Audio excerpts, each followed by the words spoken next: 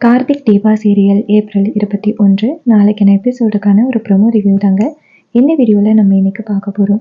எபிசோடை ஸ்டார்ட் பண்ணுறதுக்கு முன்னாடி இந்த வீடியோவை மறக்காமல் லைக் பண்ணிக்கோங்க. உங்களுடைய ஒவ்வொரு லைக்ஸும் அடுத்த வீடியோ போடுறதுக்கு எங்களுக்கு கொஞ்சம் இன்ட்ரெஸ்டிங்காக இருக்கும். எபிசோட் எப்படி ஸ்டார்ட் ஆகுதுன்னா, அபிராமி வந்துட்டு ஐஸ்வர்யாவை செமையாக திட்டிட்டு அந்த இடத்துலேருந்து போகிறாங்க. அப்போ ஐஸ்வர்யா பின்னாடியே கெஞ்சிக்கிட்டு ஓடியாடுறாங்க. அத்தை, தயவு செஞ்சு என்னை மன்னிச்சிருங்க. நான் தெரியாமல் இந்த தப்பு பண்ணிட்டேன். நீங்கள் என் மேலே பாசமாக அன்பாக இருக்கணும் அப்படிங்கிறதுக்காக தான் நான் எப்படி ஒரு தப்பு பண்ணேன். என்னை மன்னிச்சிருங்க அப்படின்னு அதுக்கு அபிராமி சொல்கிறாங்க. சி, நீ எல்லாம் எனக்கு ஒரு மருமகளா? நீ எவ்வளோ பெரிய தப்பு பண்ண.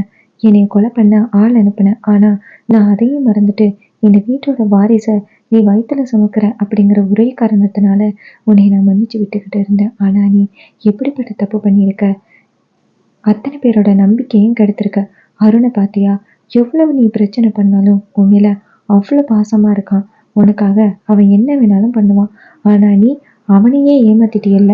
அவன் எவ்வளோ பெரிய சோகத்தில் இருக்கான்னு உனக்கு தெரியுமா அப்படின்னு. அப்போ ஐஸ்வர்யா சொல்கிறாங்க, அத்தை, நான் செஞ்சது தப்பு தான். என்னை இந்த ஒரே ஒரு தடவை மன்னிச்சிருங்க அப்படின்னு. அதுக்கு அபிராமி சொல்கிறாங்க, இங்கே பாரு, நான் உனக்கு எவ்வளோ தடவை சான்ஸ் கொடுத்தாலும் நீ கண்டிப்பாக திருந்துறதுக்கு வாய்ப்பே கிடையாது. இது வரைக்கும் நீ எத்தனையோ தப்பு பண்ணியிருக்க. என்னைய கூட கொலை பண்ண முயற்சி பண்ணியிருக்க. நான் அது எல்லாத்தையுமே மறந்துட்டு நீ அருண் கூட சந்தோஷமா வாழணும் அப்படிங்கிற ஒரே காரணத்தினால நான் மன்னிச்சு விட்டுக்கிட்டு இருந்தேன். ஆனால் நீ இன்னைக்கு பண்ண தப்ப யாராலையும் கண்டிப்பா ஏற்றுக்கவே முடியாது. நீ பண்ண தப்பு எவ்வளோ பெரிய விஷயம்னு நீயா புரிஞ்சுக்கிற வரைக்கும் உனக்கு எதுவுமே தெரியாது அப்படின்னு சொல்ல அதுக்கு ஐஸ்வர்யா மன்னிப்பு கேட்குறாங்க. அத்தை, என்னை மன்னிச்சிருங்க. என்னை வீட்டில் இருக்க விடுங்கத்த. என்னால் உங்களை விட்டு இருக்க முடியாது அப்படின்னு. அதுக்கு அருண் சொல்கிறாரு, இங்கே பாரு ஐஸ்வர்யா, நீ எதுக்காக போய் சொன்னியோ அந்த சொத்துக்காக தானே போய் சொன்ன. நீ இனிமே இந்த வீட்டுக்கே வர வேணாம் அப்படின்னு. அதுக்கு ஐஸ்வர்யா சொல்கிறாங்க, அத்தை, இது நான் பண்ண தப்பான முடிவுத்த. எங்கள் அம்மா தான் வந்து இந்த மாதிரி திட்டம் போட்டாங்க அப்படின்னு. அதுக்கு அருண் சொல்கிறாரு, ஏற்கனவே அம்மாவை கொலை பண்ண முயற்சி பண்ணிட்டு உங்கள் அம்மா பழியை ஏற்றுக்கிட்டாங்க. இப்பையும் உங்கள் அம்மா மேலே பழி போடுறீல்ல. இங்கே பாரு, உன் குழந்தை மேலே சத்தியம் பண்ண உனக்கும் இதுக்கும் எந்த வித சம்மந்தமும் இல்லை அப்படின்னு. ஆனால் நீ பொய் சத்தியம் பண்ணியிருக்கியல்ல. இனிமே நீ இந்த வீட்டிலையும் இருக்க வேணாம், எங்கள் கண்ணு முன்னாடியிலையும் நீ முழிக்க வேணாம். நீ இந்த வீட்டை விட்டு போயிரு. அப்போ தான் எங்களால் நிம்மதியாக இருக்க முடியும் அப்படின்னு அருண் சொல்கிறாரு. இதை கேட்டுட்டு நம்ம ஐஸ்வர்யா ரொம்ப ஃபீல் பண்ணுறாங்க. அருண், அபிராமி 2 பேருமே வீட்டுக்கு போகிறாங்க. அப்போ நம்ம தீபா ஓடி வந்து கேட்குறாங்க அபிராமி கிட்ட, அத்தை, ஐஸ்வர்யாவுக்கு செக்கப் பண்ணுறதுக்காக ஹாஸ்பிட்டல் போனீங்க. இப்போ ஐஸ்வர்யா எங்கத்த? நீங்கள் மட்டும் வந்திருக்கீங்க அப்படின்னு. அதுக்கு அபிராமி சொல்கிறாங்க, இதுக்கப்புறம் ஐஸ்வர்யா இனிமேல் இந்த வீட்டுக்கு வரமாட்டா அப்படின்னு. இதை கேட்டுட்டு தீபா கேட்குறாங்க, என்னத்த ஆச்சு அப்படின்னு. அதுக்கு அபிராமி சொல்கிறாங்க, அந்த ஐஸ்வர்யா இத்தனை நாளும் கன்சீவாக இருக்கிறேன்னு அவ்வளோ பெரிய பொய் சொல்லியிருக்கா அப்படின்னு. இதை கேட்டுட்டு நம்ம தீபா ரொம்பவே அதிர்ச்சி ஆகுறாங்க. என்னத்தை சொல்கிறீங்க அப்படின்னு. அதுக்கு அபிராமி சொல்கிறாங்க, ஆமாம், நான் அவள் மேலே எவ்வளோ நம்பிக்கை வச்சுருந்தேன். அவள் எவ்வளோ பெரிய தப்பு பண்ணா.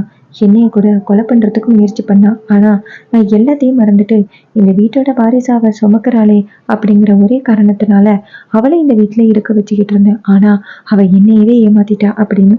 அதுக்கு நம்ம தீபா சொல்கிறாங்க, அத்தை, அவங்க எவ்வளோ பெரிய தப்பு பண்ணியிருந்தாலும் அவங்கள நீங்கள் தண்டிக்கக்கூடாது அத்தை.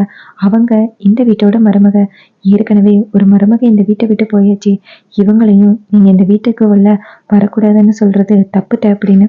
அப்போ அபிராமி சொல்கிறாங்க, கண்டிப்பாக அவளை மன்னிக்கிறதுக்கு எனக்கு இன்னுமே நாளாகும். அது வரைக்கும் அவள் இந்த வீட்டுக்குள்ளே வர வேணாம் அப்படின்னு. அப்போ நம்ம தீபா சொல்கிறாங்க, அத்தை, இதுக்கு மேலே உங்ககிட்ட எதுவும் சொல்ல முடியாது அத்தை, உங்களுடைய விருப்பம் அப்படின்னு சொல்லிட்டு அபிராமி அந்த இடத்துலேருந்து போகிறாங்க.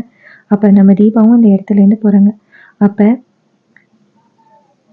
நம்ம கார்த்தி கம்பெனியில் இருக்கிறத காமிக்கிறாங்க.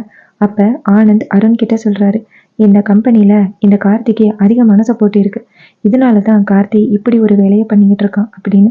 அதுக்கு அருண் கேட்குறாரு, அதுக்கு நீ என்ன பண்ண போகிற அண்ணா அப்படின்னு. அதுக்கு ஆனந்த் சொல்கிறாரு, அந்த கார்த்திக்கு யாருமே தெரியாத ஒரு கம்பெனியில் கொண்டு போய் நம்ம சேர்க்கணும் அப்படின்னு. அப்போ அருண் சொல்கிறாரு, அது எப்படி நான் சேர்ப்பேன்? கார்த்திகே மேக்ஸிமம் நம்ம எல்லா கம்பெனியும் தெரியும் அப்படின்னு. அப்போ ஆனந்த் சொல்கிறாரு, ஒரு கம்பெனி இருக்குது, அந்த கம்பெனியில் யாருக்குமே கார்த்திகை தெரியாது அப்படின்னு. இதை கேட்டுட்டு அருணும், அண்ணா நீ தப்பு பண்ற அப்படின்னு. அதுக்கு ஆனந்த் சொல்றாரு, இங்க பாரு, என்னை பொறுத்த வரைக்கும் அந்த கார்த்தி தோக்கணும், அது மட்டும்தான் எனக்கு இப்ப நினைப்புல இருக்கு அப்படின்னு. அருணும் சரிண்ணா அப்படின்னு சொல்றாங்க. அதுக்கப்புறமா நம்ம கார்த்தி நேரா வீட்டுக்கு வராரு. வீட்டுக்கு வந்துட்டு தீபாட்ட, எங்க காலையிலேருந்து பார்க்குறேன் அண்ணியை காணோம் அப்படின்னு கேட்க, அதுக்கு தீபா சொல்கிறாங்க, இது மாதிரி அண்ணி மிகப்பெரிய தப்பு பண்ணிட்டாங்க, அதனால அத்தை இந்த வீட்டுக்குள்ளேயே வர வேணாம்னு சொல்லிட்டாங்க அப்படின்னு. அப்போ கார்த்திக் கேட்குறாரு, என்ன தப்பு அப்படின்னு. அப்போ நம்ம தீபா சொல்கிறாங்க, இது மாதிரி இத்தனை நாளும் அவங்க கர்ப்பமாக இருக்கேன்னு சொல்லி ஏமாத்திருக்காங்க, இந்த விஷயம் தெரிஞ்சிச்சோட அத்தை ரொம்ப ஃபீல் பண்ணிட்டாங்க, அதான் அந்த வீட்டுக்குள்ளேயே வர விடலை அப்படின்னு. இதை கேட்டுட்டு கார்த்தி, ஏன் தான் இந்த அண்ணி இப்படிப்பட்ட வேலையை பண்ணுறாங்க அப்படின்னு. அதுக்கு தீபா சொல்கிறாங்க, அதாங்க எனக்கும் தெரியல, அத்தை அவ்வளோ நம்பிக்கை வச்சுருந்தாங்க, இந்த முறையும் இப்படி ஏமாத்திட்டாங்க அப்படின்னு. அதுக்கு கார்த்தி சொல்கிறாரு, ஆமாம் அண்ணனும் ரொம்ப பாவம், குழந்தைக்காக ரொம்ப எதிர்பார்த்து காத்துக்கிட்டு இருந்தாரு அப்படின்னு. அதுக்கு தீபா சொல்கிறாங்க, ஆமாங்க அருணை நினச்சி பார்த்தா தான் பாவமாக இருக்குது அப்படின்னு. அப்புறமா மறுநாள் காலை கார்த்தி கம்பெனிக்காக கிளம்பி வெளியில் வராரு. அப்போ ஆனந்த் நேராக வீட்டில் உள்ள எல்லாரையுமே கூப்பிட்றாங்க. அப்போ அபிராமி கேட்குறாங்க, என்ன ஆனந்த் வீட்டில் உள்ள எல்லாரையுமே கூப்பிட்ருக்க, என்ன சொல்லணும் அப்படின்னு. அப்போ ஆனந்த் சொல்கிறாரு, கார்த்திக்கு மேக்சிமம் அந்த கம்பெனியில் உள்ளவங்க எல்லாருமே தெரியுது, கார்த்தி எல்லாரையுமே சேர்த்து வச்சுக்கிட்டு பிரச்சனையும் உண்டாக்குறான், அதனால நான் கார்த்தியை வேறு கம்பெனிக்கு ட்ரான்ஸ்ஃபர் பண்ண போகிறேன் அப்படின்னு. அப்போ அபிராமி கேட்குறாங்க, இங்கே பாரு, கம்பெனியில் வேலை பார்க்கணும் அப்படிங்கிறது மட்டும்தான் உன்னுடைய குறிக்கோள் ஆனந்த், அதை விட்டுட்டு கார்த்திக்கு யார் சப்போர்ட்டாக இருக்காங்களோ அவங்கள வெட்டி விடுறது ஒன்றும் உன் வேலை கிடையாது அப்படின்னு. அப்போ ஆனந்த் சொல்கிறாரு, அம்மா அவனுக்கு கம்பெனி இருக்கிறதுனால தான் அவன் அவங்க கூட சேர்ந்து இந்த கம்பெனிக்கு எதிராக நிறையவே புரட்சி பண்ணுறான், அதனால வேறு கம்பெனிக்கு கார்த்தியை ட்ரான்ஸ்ஃபர் பண்ண போகிறேன் அப்படின்னு. இதை கேட்டுட்டு அபிராமி சொல்கிறாங்க, ஓ விருப்பம் அப்படின்னு. அப்போ கார்த்தி சொல்கிறாரு, அவ்வளோதானே அண்ணா, என்னைய அந்த கம்பெனிக்கு தானே அனுப்ப போகிறேன், நான் போகிறேன் அப்படின்னு சொல்லிட்டு கிளம்புறாரு. இன்னொரு பக்கம் ஆனந்தும் அருணும் கார்த்தி வேலை பார்க்குற கம்பெனிக்கு வராங்க. அங்கே வந்ததோட நம்ம ஆனந்த் பார்த்ததோட எல்லாருமே மாலை எடுத்துக்கிட்டு வராங்க. அப்போ ஆனந்த் சொல்கிறாரு, பாத்தியா இந்த கம்பெனியில் எனக்கு எவ்வளோ மரியாதை கிடைக்குது அப்படின்னு. இதை கேட்டுட்டு ஆனந்தும் ஆமாண்ண அப்படின்னு சொல்கிறாங்க. அந்த நேரம் கார்த்திக் கம்பெனிக்குள்ளே கேட்டை திறந்துக்கிட்டு வராரு. அப்போ அவங்க எல்லாரும் மாலையை கொண்டுக்கிட்டு ஆனந்துக்கு போகிற மாதிரி டக்குன்னு நேராக கார்த்திக்கிட்ட வராங்க. கார்த்திகே அந்த மாலையை போட்டு விடுறாங்க. இதை பார்த்துட்டு ஆனந்த் ஷாக் ஆகுறாரு. அருண் சொல்கிறாரு, என்னன்னா இந்த கம்பெனி கார்த்திக்கு தெரியாதுன்னு நினச்சிக்கிட்டு இருக்கியா, இந்த கம்பெனியில் தான் கார்த்தி வேலை பார்த்துக்கிட்டு இருந்தான் அப்படின்னு. இதை கேட்டுட்டு செம்ம ஷாக் ஆகுறாரு ஆனந்த். கார்த்திக்கு எல்லாருமே மாலை போட்டு விட்டுட்டு கார்த்திகை வரவேற்கிறாங்க. கார்த்திக் சார், இங்கே தான் வேலை பார்க்க போகிறீங்களா, இனிமே நீங்கள் வேலை பார்க்குற இடம் இந்த இடம் எங்களுக்கு சொர்க்கம் மாதிரி அப்படின்னு சொல்ல, நம்ம கார்த்தி சொல்கிறாரு, இங்கே நான் வேலை தான் பார்க்க வந்திருக்கேன் அப்படின்னு. அப்போ தொழிலாளர்கள் சொல்கிறாங்க, கம்பெனியில் நீங்கள் வேலை பார்க்குறதுக்கு நாங்கள் கொடுத்து வச்சுருக்கணும், உங்கள் கூட நாங்கள் சேர்ந்து வேலை பார்க்குறதுக்கு நாங்கள் புண்ணியம் பண்ணியிருக்கணும் அப்படின்னு சொல்லி கார்த்தியை புகழ்கிறாங்க. இதையெல்லாம் பார்த்துட்டு ஆனந்த் டென்ஷன் ஆகுறாரு. அதோட இந்த ப்ரோமோவை ஃபினிஷ் பண்ணியிருக்காங்க.